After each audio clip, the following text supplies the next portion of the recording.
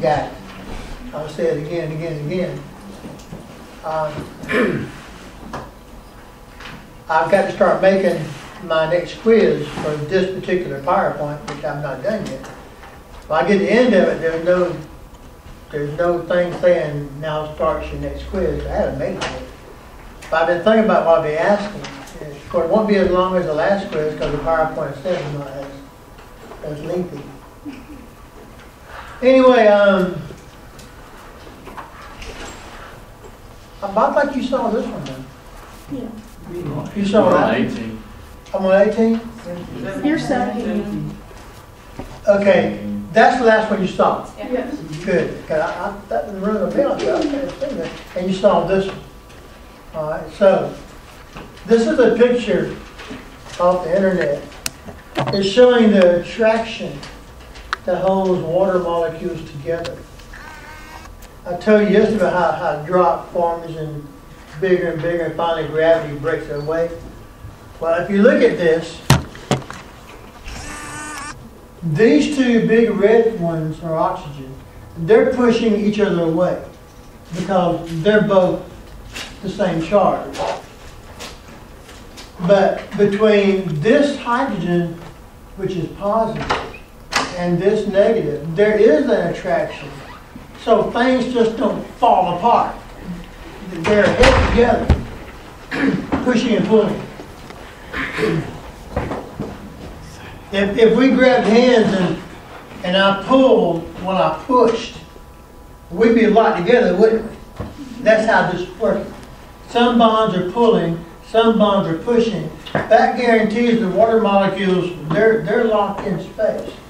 And I tell you earlier, when a drip forms, it gets bigger and bigger and bigger, and finally gravity pulls it away because the water molecules are so heavy that they defeat the hydrogen bonds. Question I asked was, what color are the O atoms? The oxygen or the reds? And if you look, this is your Mickey Mouse. There's your ears, there's your ears, there's your ears. Water always has this V-looking arrangement. And that V arrangement makes water very unique. But again now, here's your attraction. There's your repel. There's a slight repel right here, but it's not gonna, it's locked down pretty much in space. And when you sip from the straw, that attraction is why you can pull the water up, because it hangs on each other and up it comes. There are other pictures of this on the internet, and I searched. There must be 1,000 hits when I saw it. And I saw this and I said, that's what I want to show them. Now they had some other pictures that I could see, but I wasn't sure you could or not. But that one there is a good one. That took a little while to find. I'll probably keep it forever. I don't see myself finding one better. If you look at that, I ask you, how many water molecules are on that page? 4. Just count the red things. Just count the red things. Because every water molecule has one oxygen, right? Mm-hmm. There's 4 of them. A lot of folks are counting the red and the little ears, and don't worry about the ears. You count the red things and you have it.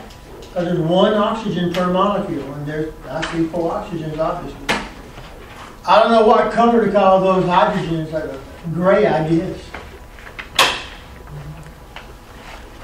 Now this is your next one. I'll say some more using the same picture as a guide.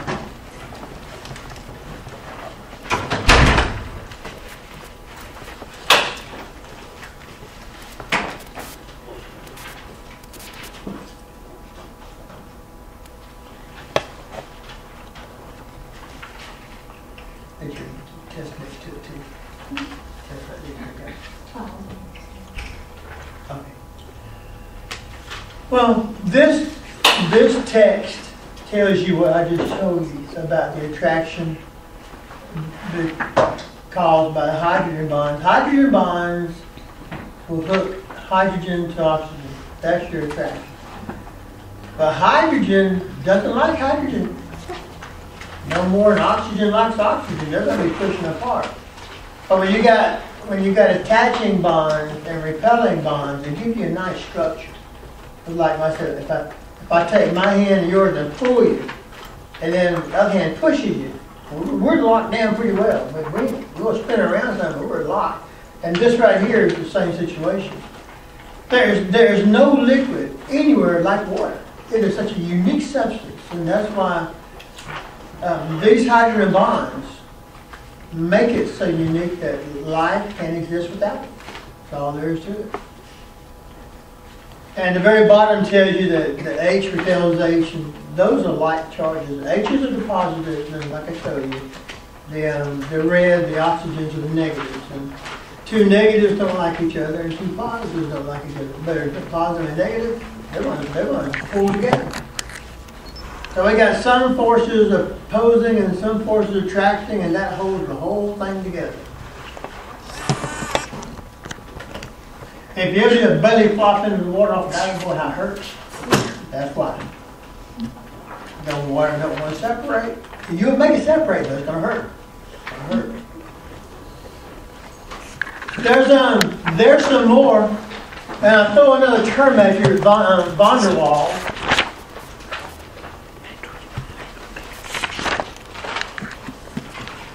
I mean, what I've been discussing all this time about pushing and pulling, that's van der Waals force.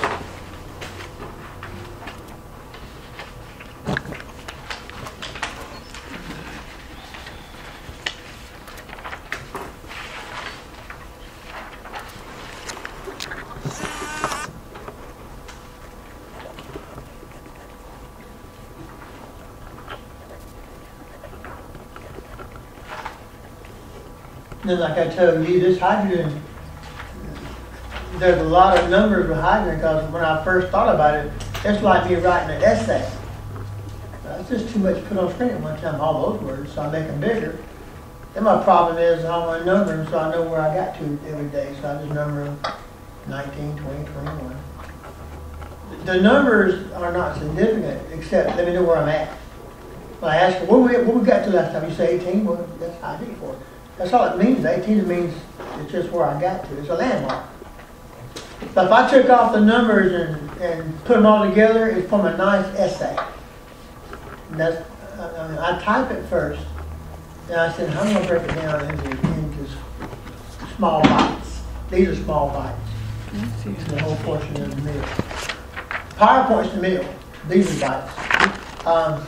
Everything on there you should have no problem with. Because I tell you about how the different charges come together, how the same charges fly apart,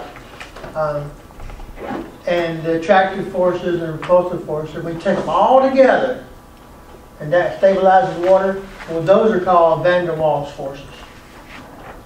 So if I ask you to explain, it'd be a big answer if I asked you to explain how van der Waals forces makes water hold its shape. And you guys go into the idea, well, water is composed of oxygen and hydrogen, and the molecules within the oxygen repel each other. But it can't fly apart because the hydrogen and the oxygen are attracting each other. So when you got the repelling forces of the H's and H's and the O's and O's, and you got those combined with the attracting forces of the O's and H's, it holds everything together in a nice, firm, rigid form. But that's van der Waals forces.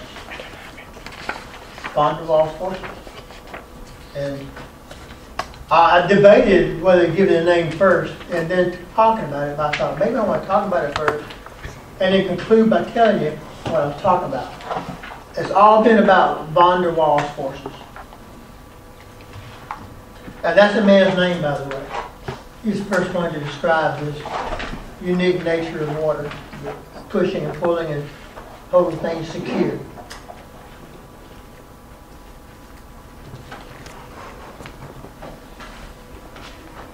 What's it mean to be cohesive? To glue together. You stick together. Here. It makes them stick together. It makes them stick together. Stick together. When you dive in and do a belly flop, and because they're sticking together and you make them fly apart, they hurt. Makes your belly red, makes your head hurt. Even dialed it in just right for the top of your head.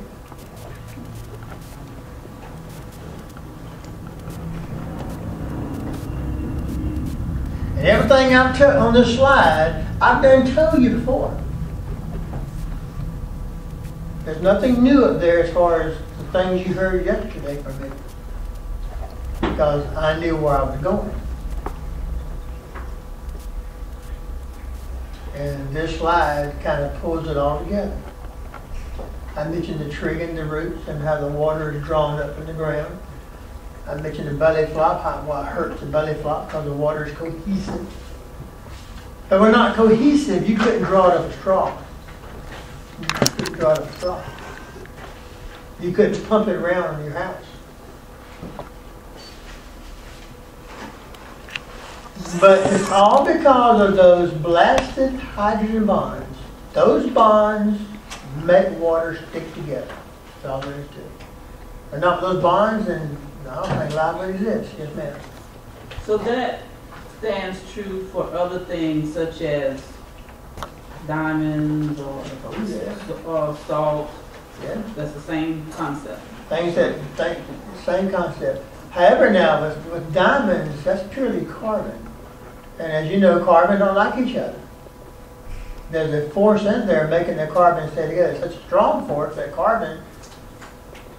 You recall in the Superman movie when he wanted to give Lois Lane the diamond ring because he loved her? He took a rock of coal, and he squeezed it, and he stared at it, and he burned it. And with open hand, it was a pretty diamond. That's how nature does it. Over the years, the way the earth compacts coal, and the heat of the earth kind of cooks it. And the diamonds you find right now, which are rare, there's nothing more than coal that you might burn in your fireplace. And when the guy wrote Superman, see, the guy who wrote Superman, he knew some chemistry. He knew how to make diamonds because he made Superman do it. And folks like me understand why I know why he squeezed it. I know why he heated it. Because that's how the earth does it. Of course, he did it in a matter of seconds. It takes the earth million years to do it. Yes. No. Is it true that you can't x-ray real diamonds? Huh? Is it true that you can't x-ray real diamonds? I don't know whether it is or not. I don't even know. I heard that. I don't know if it's true. If you heard it, might be true. I don't know either, but I can't say anything about it. I don't know why you couldn't x-ray anything. I don't know if the bonds are so strong that x-ray can't. I've never heard that either way. I never even considered trying to x-ray a diamond. What would you do that for? Find a flaw maybe?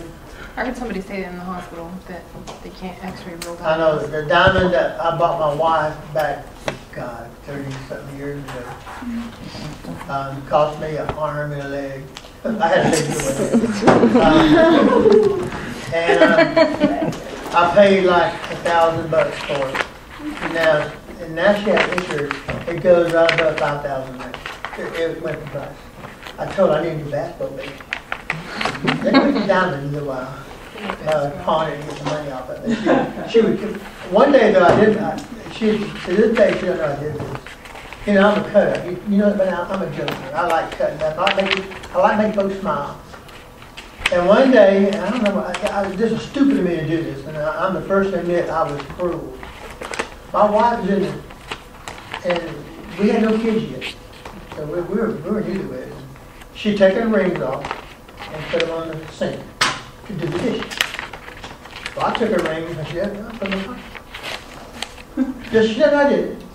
And I don't know why I did it. So she got done, and I went back in, and I saw her. She didn't come. She usually joins me at the end, but she stayed in the kitchen. And I saw her doing things.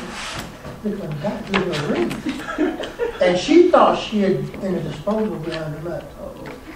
Because, boy, she was so scared telling me that.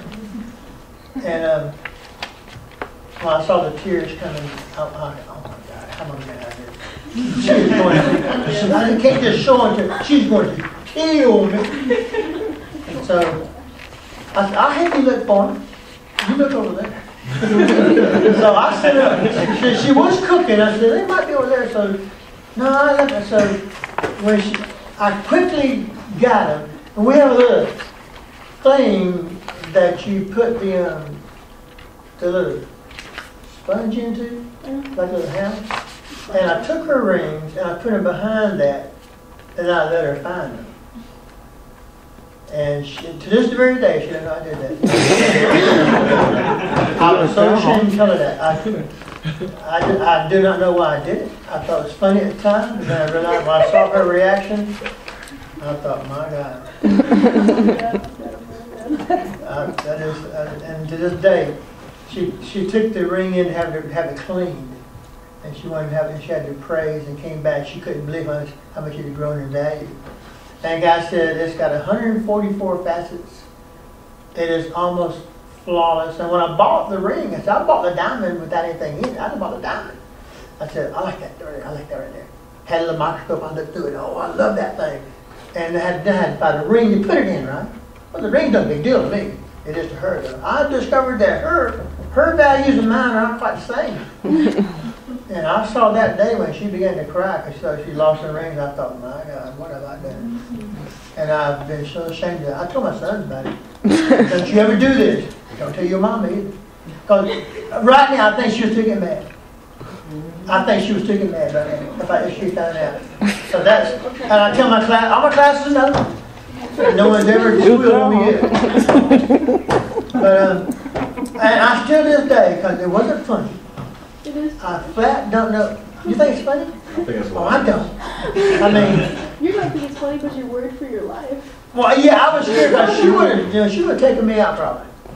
I don't mean dinner either. But anyway, as far as X-ray and diamonds, I've never heard that, but I don't see why it couldn't be done. I don't see you could find a flaw in a diamond. I understand that there are a lot of diamonds out there, but the diamond people control how much on the market. So if you hold them back, the market makes them worth a lot more, right? If you flood the market, we have the value of diamonds. Dime each then. So there are a lot of diamonds in vaults somewhere in this world. But they let some go now and then and keep the value of it. And that's, I don't wear any jewelry except my wedding ring. I take it off to show y'all.